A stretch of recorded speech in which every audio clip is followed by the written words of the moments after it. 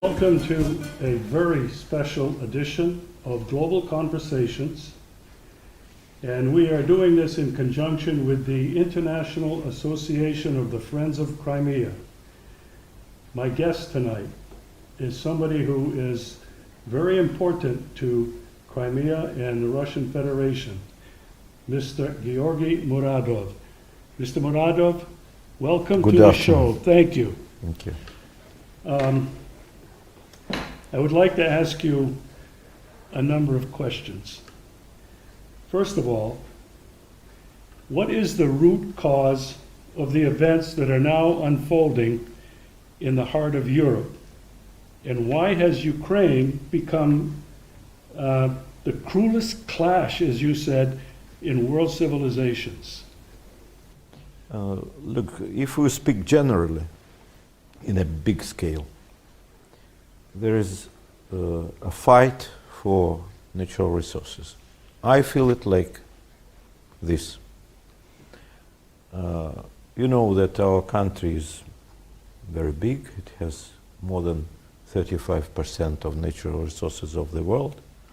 Energy resources, mineral resources, metals, and water, everything. It's a kind of a stock for Europe, at least. Of course, Europe was buying these stocks. We had friendly relations. Everything was normal. But from sometimes maybe somebody thought that it's better to have it free of charge. And we were feeling all this last 30 years, at least myself, because I was working as a diplomat for 40 years and more, that it was not sincere, the words that we are friends, everything will be good, only because of one reason: the expansion of NATO, the expansion of military forces, new and new countries which were our allies historically, became members of NATO, and American weapons, strategic weapons, nuclear weapons were put on different territories, some of them the territories of these new countries. We were feeling that it was not sincere on the part of United States and Western countries, because we just simple people thinking why they are doing all this, what do they want. I said from the beginning, it's our national resources is the aim. Now we feel that this matter creates a lot of problems to at least European countries. Maybe not so much to the United States, but for European countries, yes. And they feel that bad relation, even rivalry with Russia, makes a big harm, brings many problems to development of Europe, to normal life of people, because to some extent I should say that they are closing the door to their own stock. It's a very strange position. That's why my understanding and my impression is that they are, I should say, in colonial dependence from the United States now. You remember that some years ago, maybe 8 years ago, Obama, President of the United States, said that we pressed Europe to put sanctions against Russia. So it was American initiative. And Europe followed this initiative and brought itself with more and more sanctions to this situation when they have energy crisis, I think world will have food crisis because of different actions against Russia. We cannot bring and sell our products which are needed for many countries of the world, especially underdeveloped countries.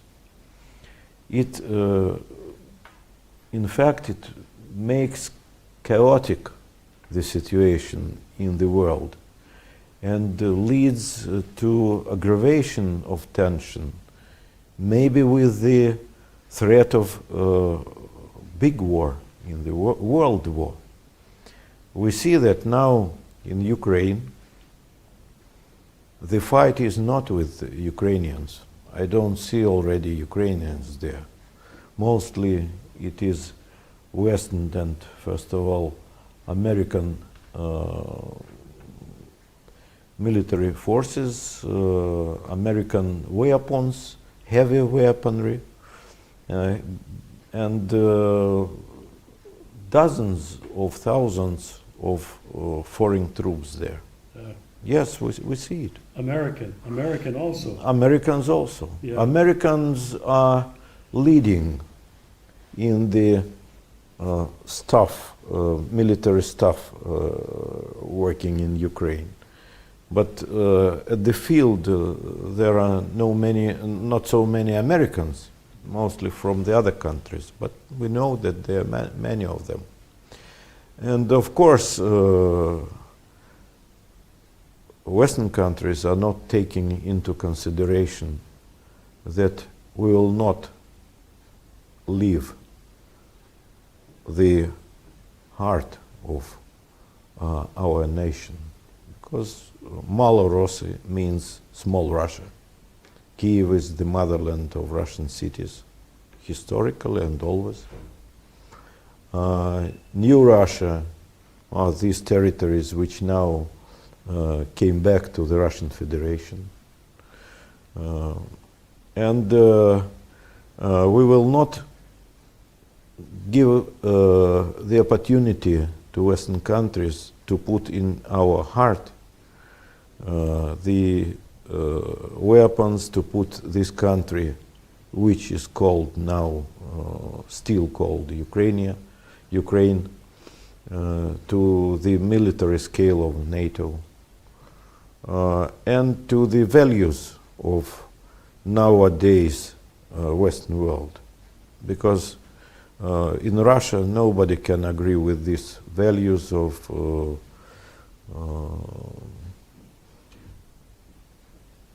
LGBT communities, not families, and everything which is wrong. I don't know where wrong, maybe in minds, maybe it is some politics which is elaborated somewhere to reduce the population in the world. But it is not our politics, and we will not accept it as something good for the world. That's why this transgender world, I should say, of the West, we will not give there our sister or a part of our nation as we see Ukraine, as we feel it.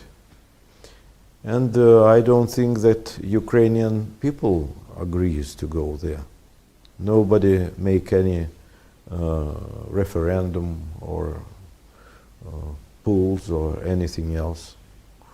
The leadership of this country is purely bought by capital with American currency, maybe.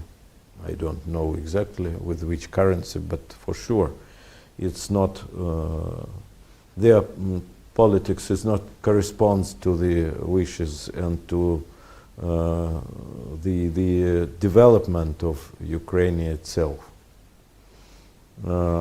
My understanding is very simple. If this way, this path will be continued, it will lead first to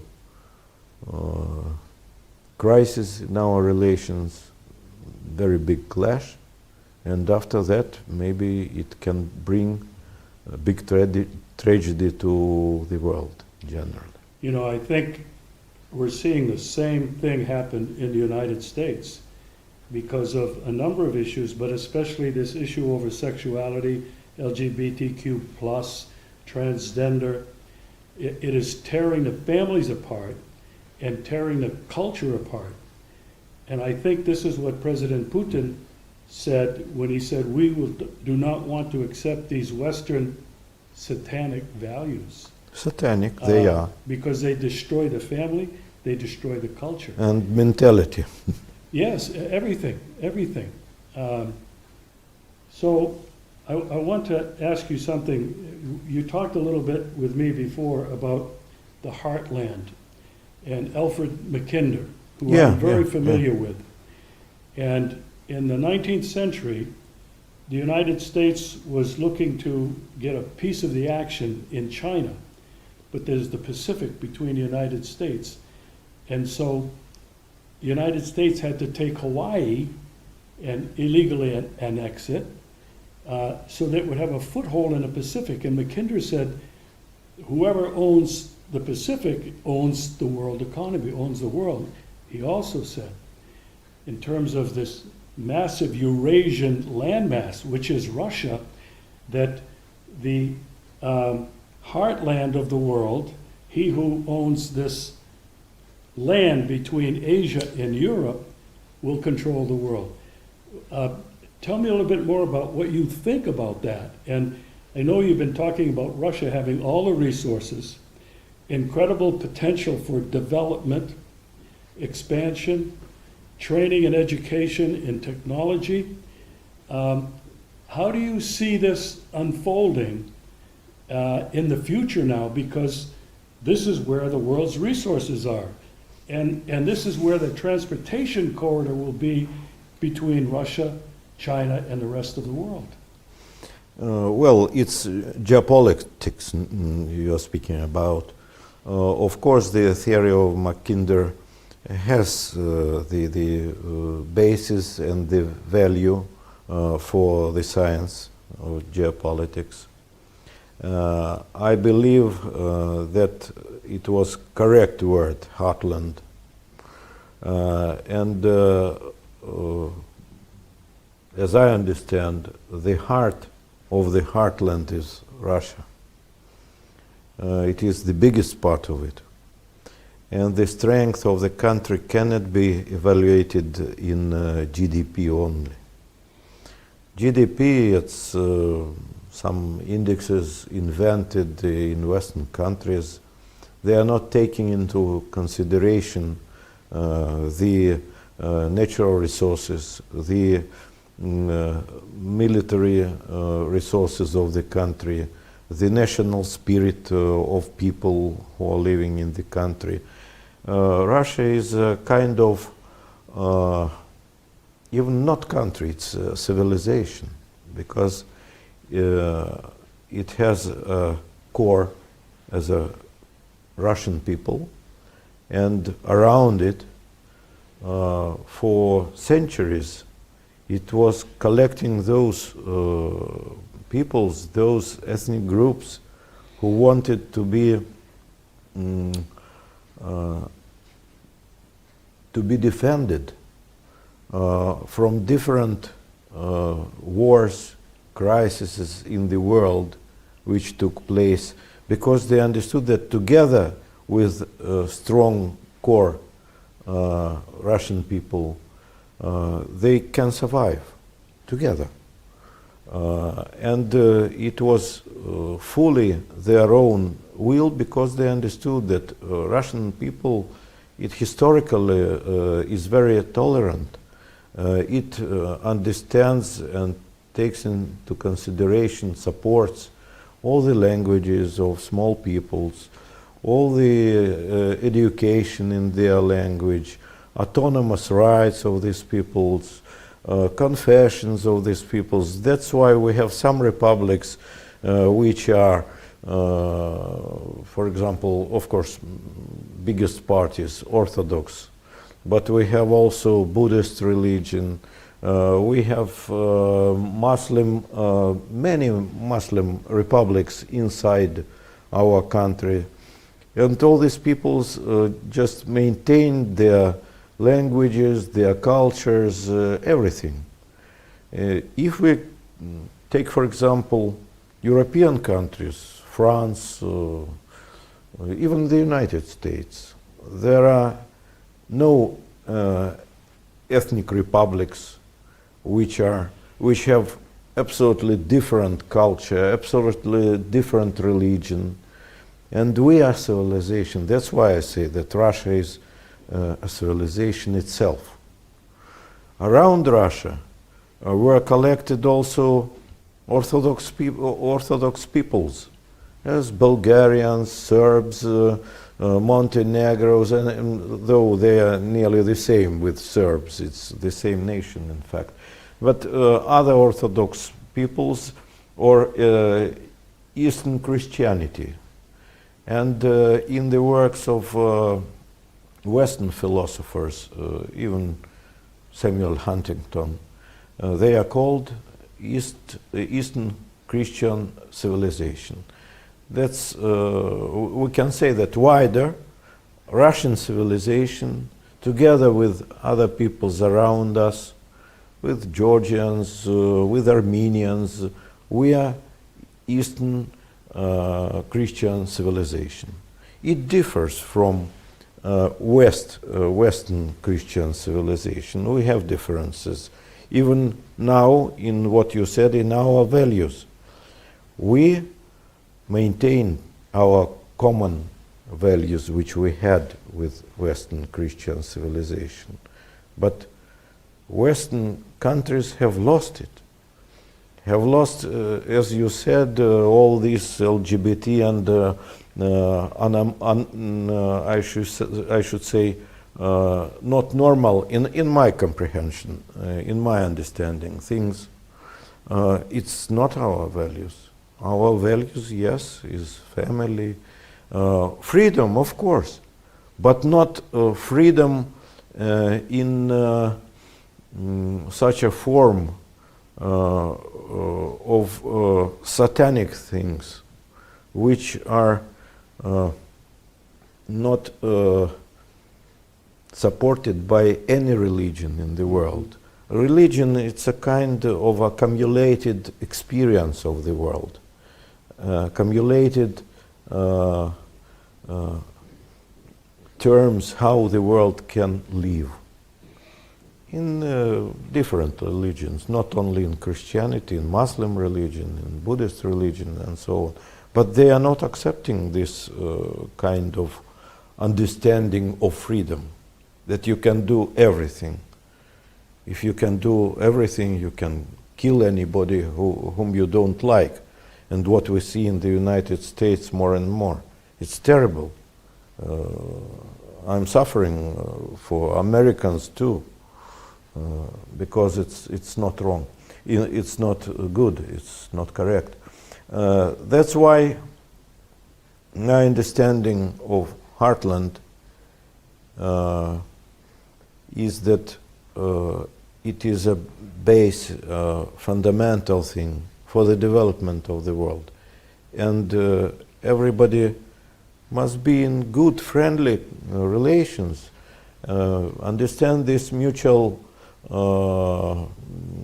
benefits which we can have from these good relations, from trade, mutually beneficial trade.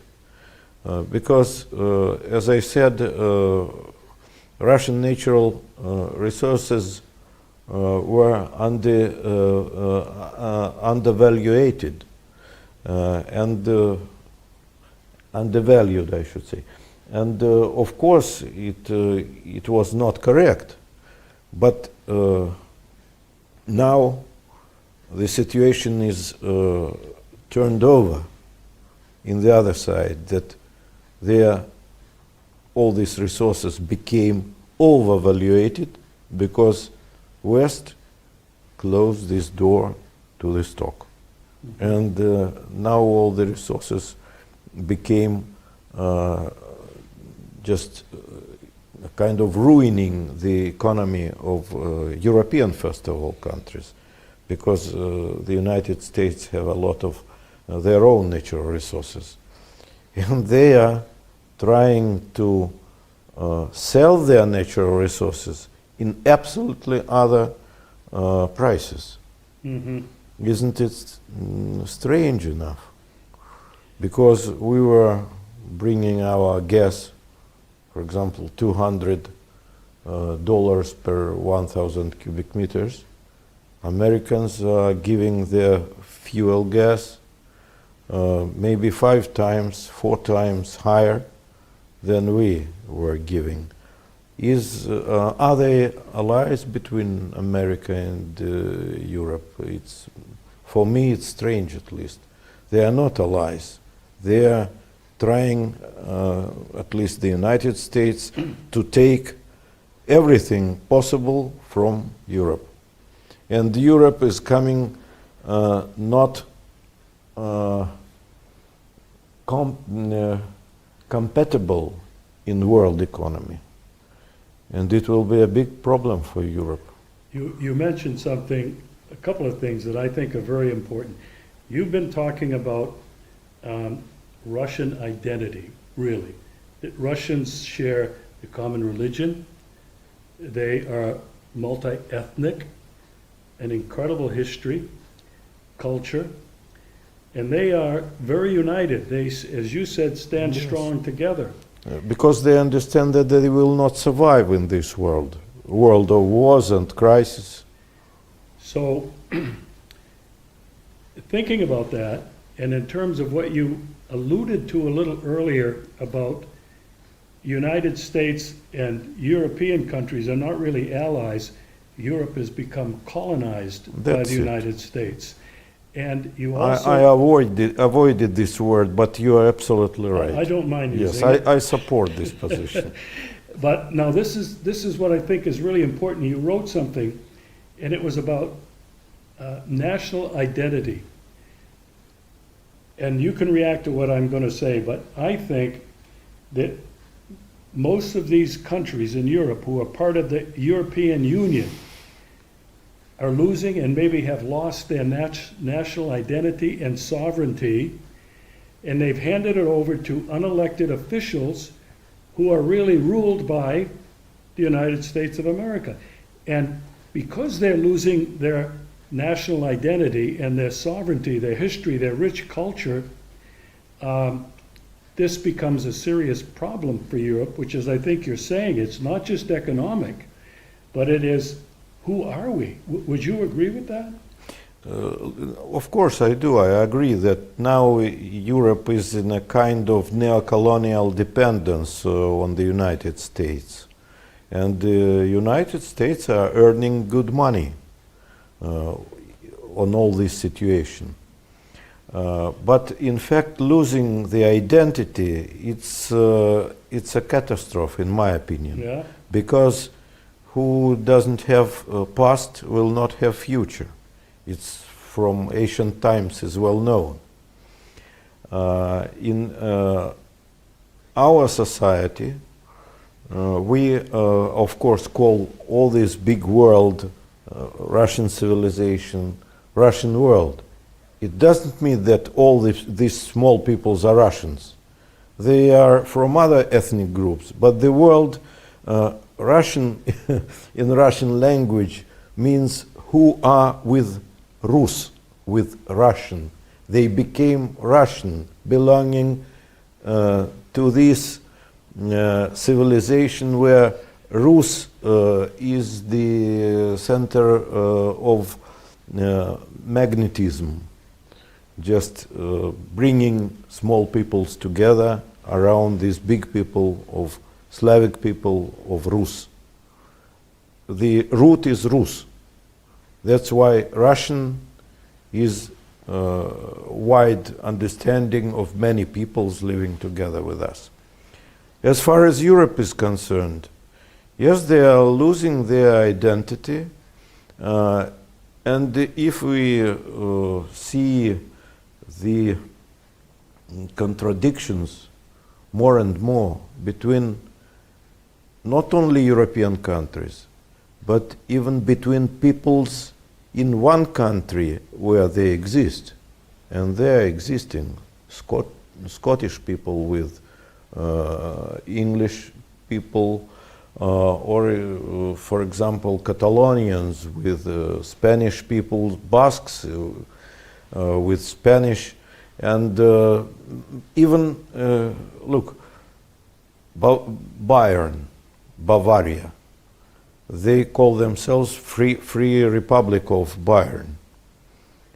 Their language differs very much with Swabia, for example, or with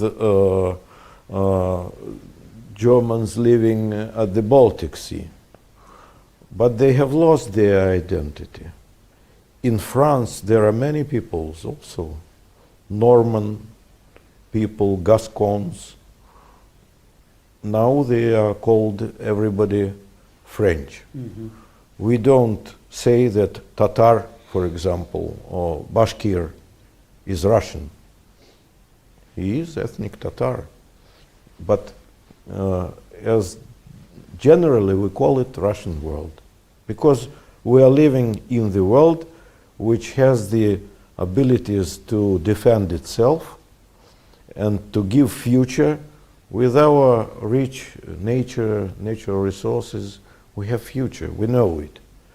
But others, I mean Western world, is not giving us opportunity to live in peace and to become the country which comprehends this peaceful and good future, prosperity, freedom, and so on. That's why I said in the beginning that our feeling is that they are coming drunk nach Osten, you know this German phrase, to come and to take these resources. But they are not able to do it. So, and it borns aggression in Western society. we talked before we came on the camera about the danger of nuclear confrontation. Very dangerous now with this conflict that is raging in Ukraine, and everybody's worried about it escalating out of control. But you also wrote that the United States really may not want to engage in this head-to-head confrontation with Russia, as you mentioned before, a powerful nuclear country, and some people believe even superior to the United States nuclear capability, that the United States still is using that old doctrine of nuclear power, nuclear threat, and now they have a new strategy. And you talked about that strategy in terms of trying to strangle Russia. What did you mean by that? Well, first of all, the nuclear threat exists, we feel it. And I think Samuel Huntington, in his work about clash of the civilizations, didn't make a real conclusion that clash between nuclear civilizations, which we are together with the Americans, is not possible. It means just final act of life in our planet. It's one thing. Another one is that we are afraid of some developments on the territory of Ukraine, where we are fighting with NATO and Americans. That's all these speeches and shouts that Russia will use nuclear weapon at the territory of Ukraine. We are not crazy to kill our people. It's a part of our people in the heart. In our heart, it is our sisters, at least, brothers. But we are afraid of provocation, that they will give some kind of nuclear bomb,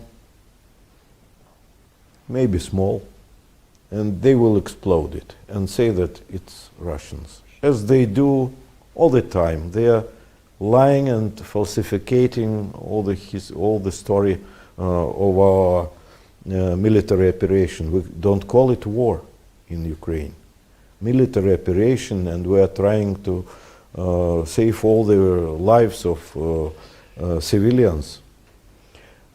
That's what we are afraid. And after that, if this provocation will take place, it will mean that maybe nuclear war can begin.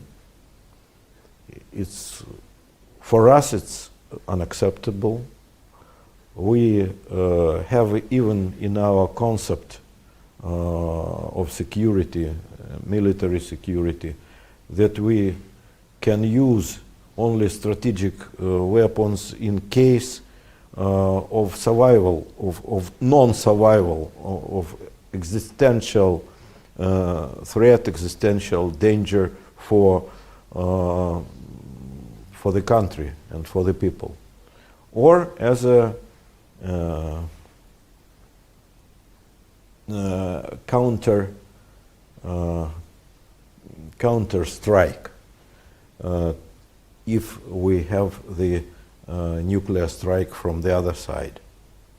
This is written in our concept, and it's absolutely true. Well, we must stop in this confrontation. Americans should learn one maybe thing, I mean leadership, not people, to put themselves to the place of other and to see with the eyes. If, for example, the American troops, we know that they are in Syria without any invitation of the Syrian government, legal Syrian government, not some oppositional leaders, oppositional forces. In every country there can be oppositional forces and oppositional leaders. Legal government, I mean. If we fight at the territory of Syria,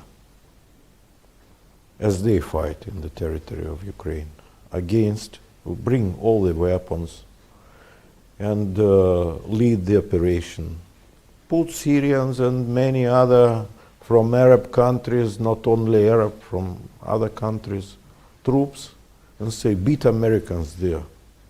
Make all the strikes, ruin them. How would American leadership would feel? Mm-hmm. That's what we feel now. And that's why I say it's a big problem and very dangerous one. Yeah, and it's pretty obvious that this tactic of the United States now to prolong this conflict is to really squeeze Russia and Russia's resources, its economy, the will of the people, the will of the government, because it's public. The United States is publicly saying the goal is to get rid of Putin and to take down Russia, to break it up, balkanize it. I mean, they're not even secretive about it anymore. And so it's really obvious to those people, I think, that Russia, America, the United States is trying to strangle Russia in this conflict. And at the same time, this nuclear threat. They're dealing with fear. It's fear that they're gaslighting the world with. I, for the first time since I've been in Russia, feel a little bit of fear about what's happening next door in Ukraine. And I think it has created some kind of psychosis, mass fear in its populations, and I think it's very dangerous. But I want to get back to something else that you said. We were talking about orthodoxy. And part of the Western... May I react to what you said before? Yes, of course. I would say, again, that they have very false understanding and evaluation of the situation. They bring us to consolidation, not to the splitting of peoples, because we understand that they will take all, and there will be not many nations will not ethnic groups and nations will not exist at all. And we understand that even they see the idea Russians that Russians would not exist, to bring us to 700 years ago to different tribes, Slavic tribes. There are some ideas in theory, but they must understand that in periods of danger, our people and all ethnic groups, all ethnic republics are consolidating. And you can see even the example of Chechnya, which was, it wanted sometimes with the support of Western countries, kind of more freedom, more autonomy, or even separate state. Now they are together with Russia. Because Chechenian people who suffered from that crisis and that war now feels in danger from Western aggression against Russia. Because in Russia they will feel secure. Even Chechenian peoples, all the peoples of Russian Federation. In other way, the destruction will be so big that I think in this case nuclear war will be more and more possible.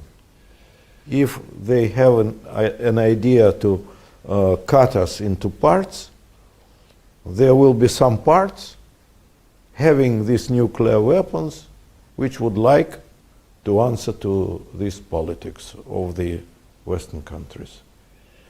Yeah, it's very frightening. Sorry that I interrupted you. No, You wanted to ask me something about religion. Yeah, you have written, and we've talked about that the West and the United States really in control of the West, using everything they can to divide people. And we talked about the sexual issues, we've talked about immigration, we've talked about ethnic issues in the United States, many, many things that are dividing the people in the and the culture, tearing it apart. You mean in the United States? Yeah, in the United States. And we were talking about how the United States is trying to use these same kind of things to divide other peoples, including Russia. But you talked about the strength of Russian Orthodoxy, or Orthodoxy in general. And it's well known by many people, at least here in this part of the world, that the Ukrainian Orthodox Church is separated from the Russian Orthodox, the Patriarch Kirill. And they established their own patriarch in Ukraine. Tell me a little bit about how you see the West using religion and Christianity and this schism really in the church to divide Russia and Russian people over religion. Of course, we always had in the past our common church, Orthodox Church with small Russia, as we say, yes, Malorussia, and Belarus and in Baltic Orthodox population too, in Baltic region. Now, who was used in this operation? Because it's also a kind of special operation.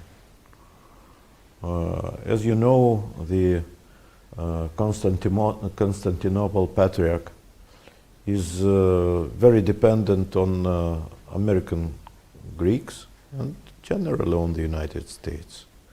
He was moved forward to recognize some specially invented Ukrainian Orthodox Church.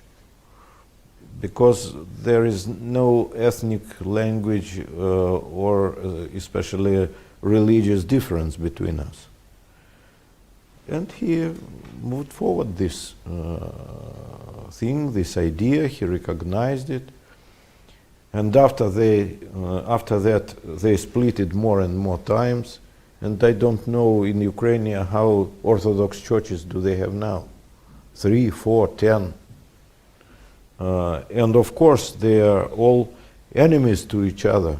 They have internal concurrence or fight for the bigger role. It's also understandable. That's why we see it as a part of all this politics of splitting our civilization into the parts. As I said previously, dangerous politics, because we are nuclear civilization, as the Americans are, Western countries generally. You wrote something here that you said Russia will never allow the Russian world and the Greek world to be split. What does that mean? Because we have got Orthodox religion from Greeks. We are connected very closely with Greek civilization, with Byzantium first of all. And we are called the Third Rome, maybe, as you know, because Second Rome was Constantinople, and Third Rome, when it was taken by Ottomans and Ottoman Empire appeared at this place, we took the scepter of orthodoxy in the world. That's why even all the Greeks understand the role of Russians and of Russia in saving of Orthodox religion, of Eastern Christianity. That's why these peoples never agree, and if you see public opinion polls in these countries, I mean Orthodox countries, they are all against rivalry and aggression against Russia. That's why I think that the deep roots will act more effectively than any politics of nowadays. I want to ask you about a very important period in recent Russian history. It's a period that I've become very familiar with since I've been coming to Russia in 2016. And you used a word that I haven't heard used very much, probably at all before. It's that Russia, for a long period of time, had a delusion about the West and the West intentions. And in the 1990s, it was probably more visible than ever before, when after Perestroika, Gorbachev and then Yeltsin came in, the Russians seemed to be thinking that the United States wanted friendship. We wanted to have friendship with Europe, with the United States, of course. It's reality. So what did you mean that for a long period of time, and especially during this period, that Russian leadership anyway were delusional about America's intentions? What did you mean specifically about that? Look, when we hear our leaders that we will not put our troops and NATO military bloc even a dime to Russia, we believe them. When we are absolutely cheated and we understand that it is not a truth at all on the opposite, everything is on the opposite side, we are losing our illusions. That's it.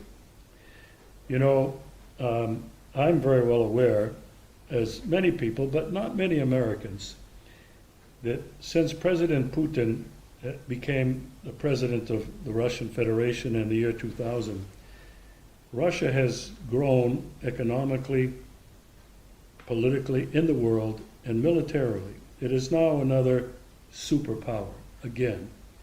The fact that you just mentioned that the United States has been encroaching on Russia's borders over these last number of years to encircle Russia with bases and military weapons all around Russia, surrounding it. President Putin, at the Munich Security Council in 2007 conference, with John McCain sitting in the front row, he basically called out the United States of America. And he mentioned these things that America had been doing around the world, using force and coercion. And he said, "We will not submit," more or less, I paraphrase. And ever since that time, if there's two things that I think struck me that Putin has said, is that we will not go along with the Western American revisionism of history, changing history. And the second thing that he said is we will not be coerced into following the United States. This leads me to maybe the last thing that I want to talk about. Because in recent years, I think that President Putin has been the sole leader in the world pleading for peace, mutual collaboration, etc., but in advancing a new world order, a multipolar world. He talks about this consistently. Yes. I would like to hear you explain for me what you think President Putin means and how do you see it actually unfolding today? Because I see it unfolding geopolitically all over the planet, but tell me how you see it. Look, for many years, our president is saying that NATO wouldn't do these dangerous things which they are doing now. Of course, there were 3 or 4 waves of expansion of NATO, and at that time, even at 2007, at 2007, we understood that everything, all our hopes were ruined for better life with the Western countries, friendship and cooperation were ruining in process. But now we see that they didn't hear anything, that they didn't accept any idea or approach of Russia to the question of the system, international system of security, that we must feel secure, all of us. Now multipolar world is forming. We see it. We have many signs of this because even African countries, Arab countries, they play their own role. Latin America, and if we show respect to individual, saying that maybe he is wrong, he is specific one, but we have respect to him. How cannot we have respect to the countries, to the states, to the peoples? If our people in Crimea, it's Russian people, saying that we, according to the constitution of Ukraine, make referendum and we are self-determinating, we are Russians, we don't agree with the coup d'etat in Kiev, which is purely nationalistic and counter-Russian, against Russians, and we have the right to withdraw from Ukraine, and we do it. It has no respect on behalf of the Western world. this is a real picture that only for one side are existing some principles, rules, and so on. We must follow these rules, and another side doesn't want, or it follows when it wants. On this basis, nothing can be built stable in the world. That's why we understand that multi-polar world needs more tolerance to each other, more respect to each other. In other way, it will be a world of conflicts, different conflicts between different poles of this new world. That's why we can make a conclusion that we must hear better. And if Putin was heard at 2007, I think this course could be changed. Nothing would be happen in these conditions. We're talking about this multipolar world that I believe Russia, President Putin, is really the one that's driving this evolution into this new world order that means prosperity and security for everybody, based on respect, strict observance of international law, the principles of the UN Charter. And in terms of Russia, China, and these other nations that are joining this movement, they are talking about alliances that are, they really go beyond alliances. They said, we hesitate. We are not speaking about alliances, especially military alliances, not at all. I was going to ask We're you that. saying about the coalitions of those countries who understand that it is unavoidable development of our world, and we are coming to a new world order where we must respect each other, and it will be multipolar. That's all. And in fact, now we have this situation with neocolonialism, in Europe especially.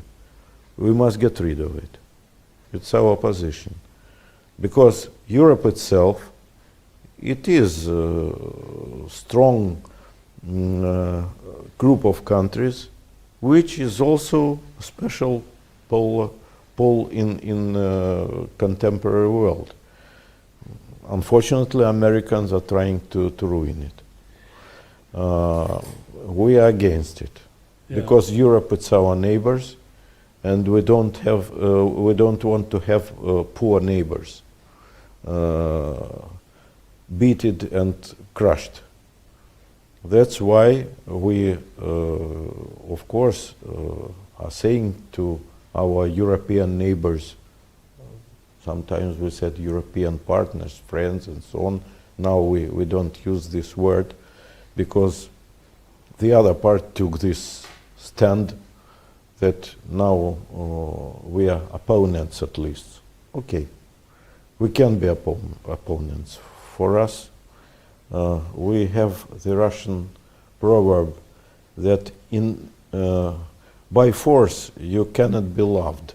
It's some kind of this, yes, proverb. So we don't need this love, but we need respect, quietness, understanding, and of course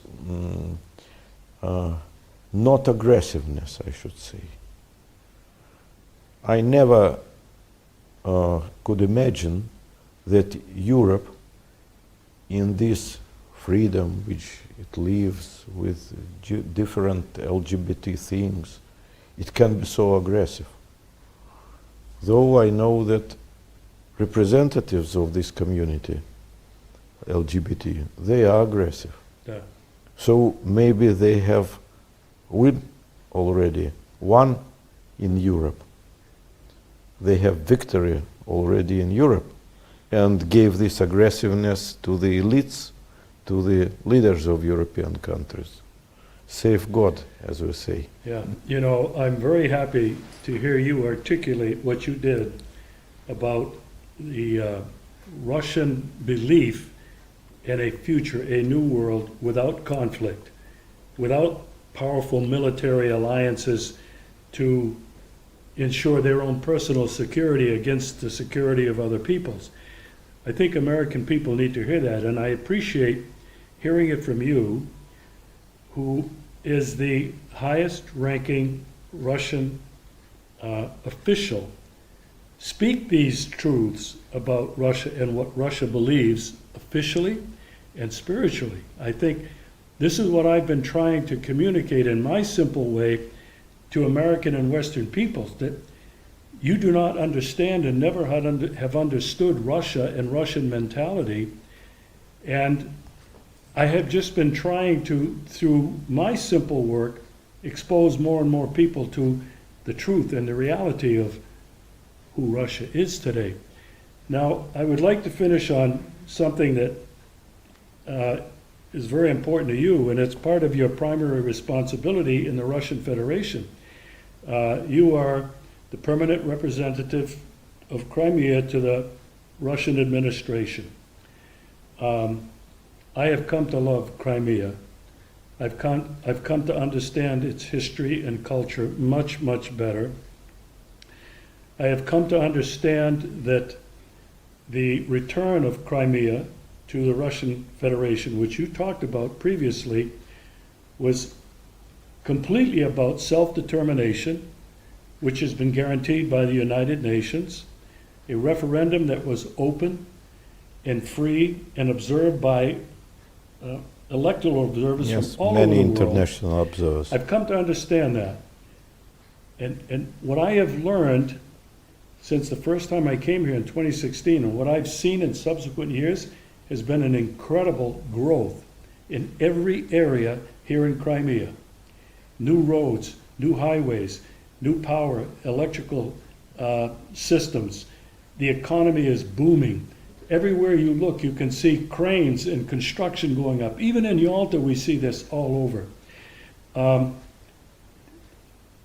And I think this is thanks to the Russian Federation, who have supported the Crimean people and the Crimean state, the government, with many, many, I think, billions of rubles. Tell me what you think is so special about Crimea. I think I have a better idea now, but it isn't just the money that came from Moscow. It's something that has been here for centuries and has been allowed once again to flourish. Would you agree with that? And how would you describe it? Of course, you said everything correct, absolutely. You know, the Crimea is developing rapidly. It was, in comparison with other Russian territories, when it returned back to the Russian Federation as underdeveloped region. Now it is quite well, but there is a deeper sense in Crimean things. In terms of our civilizational dialogue, I should say it is a center of our Russian passionality, of Russian passion, because here the Russian people got the religion, got the strengthening of the spirit, and that's why our president also said that Crimea is a sacral land, sacral place for all Russians. It's one thing. And I would conclude with the words you said about the Americans and their understanding what's going on in Russia and in their relations with Russia. That's what I just wanted to say, that they should understand better Russian world, Russian people, Russian will, Russian spirit, and of course our view to the future. And if they try to learn somehow better, more about Russia and Russian civilization, I hope, I believe they will understand us, because we are quite familiar. We looks like each other, our two peoples, and people must influence more to the leadership of the United States for better relations, not for aggression. If you had some internal problems, we would never be involved in them. Leave us alone for some time, and you will see that we will have much better relations than we do have now. You know, I came here for the first time in 2016 as really a citizen diplomat, to come and learn and listen to Russian people and see a little bit of the Russian territory, including Crimea, Petersburg, Moscow. And I came on 2 subsequent trips with the Center for Citizen Initiative. It's an American organization. It was founded by and directed by a woman, Sharon Tennyson. Been coming to Russia for 40 years and bringing Americans to Russia, large groups, 30, 40. Yeah, I know. As citizen diplomats, to come and to listen and learn. And I have many American friends. In fact, 25 of them joined our Friends of Crimea USA Club, having been here. And it was their experience that when they came here for 3 weeks, maybe a little more than 3 weeks, they interacted with Russians from all over Russia. And they came to Crimea. Not all, but many came to Crimea. And they saw with their own eyes and heard with their ears from Crimean people, Russian people, what you just said. We are more alike than we are different, Americans and Russians. And I think what you just said is of critical importance. And it's sad now that we're not able to travel and do this interaction with people-to-people diplomacy. That my hope is that this can once again happen, because I think we both agree that when we can meet each other as individual people without political concerns, without government interference, we find that That's it. peace and multipolarity is possible. So I'd like to ask you just one more question, and then we'll stop the interview. I would like to know, and I would like my viewers to know, what are your special responsibilities between the Russian administration and Crimea? You come here often. You're a top diplomat representing Crimea in the Russian Federation. What are your specific responsibilities? I don't represent Crimea in Russian Federation because Crimea is a Russian Federation.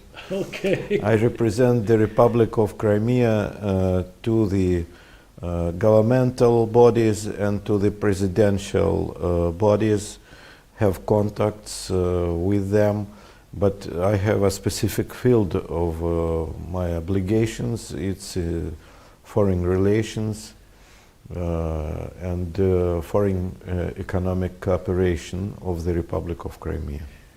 Now, when you say foreign, you mean with other countries? With other Who are countries. some of these countries? And you must be traveling and creating these bonds, correct? These bridges. Of course, we don't have now the open road or green light in our cooperation with European countries, but we are not responsible for this. It's their own choice. But the world is big. Maybe somewhere in the Western countries they forget that 80% of the world are not there. It's outside of Europe or United States. So we have vast relations with many countries. Of course, first of all, the countries of ex-Soviet republics. Second, Middle East countries. Third, countries of Africa, Asia, and even Latin America. We as Crimea signed a lot of agreements, even with Latin American countries. Crimea is very interesting territory. It's, I should say, the sea gates in the southern part of Russia, in south of Russia, or southern gates to the world. It's a core point in the Black Sea and Mediterranean region.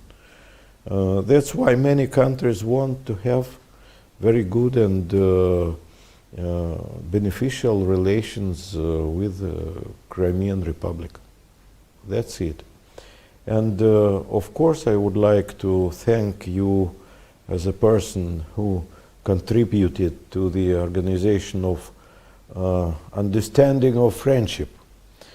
You became the friend of Crimea in your heart, and you support this idea that if we become friends with Crimea, with Russia, the peace will be much more stronger than it is now. That's why special regards to those people who are for friendship and not see the enemy in Russia and in Russian people. We are very friendly people, and that's what they should understand. We don't create dangers to anybody. We have everything in our country. We don't need anything more from even smallest country in the world. But the only one thing we want is friendship and respect. That's all. Simple things. Mr. Muradov, thank you so much.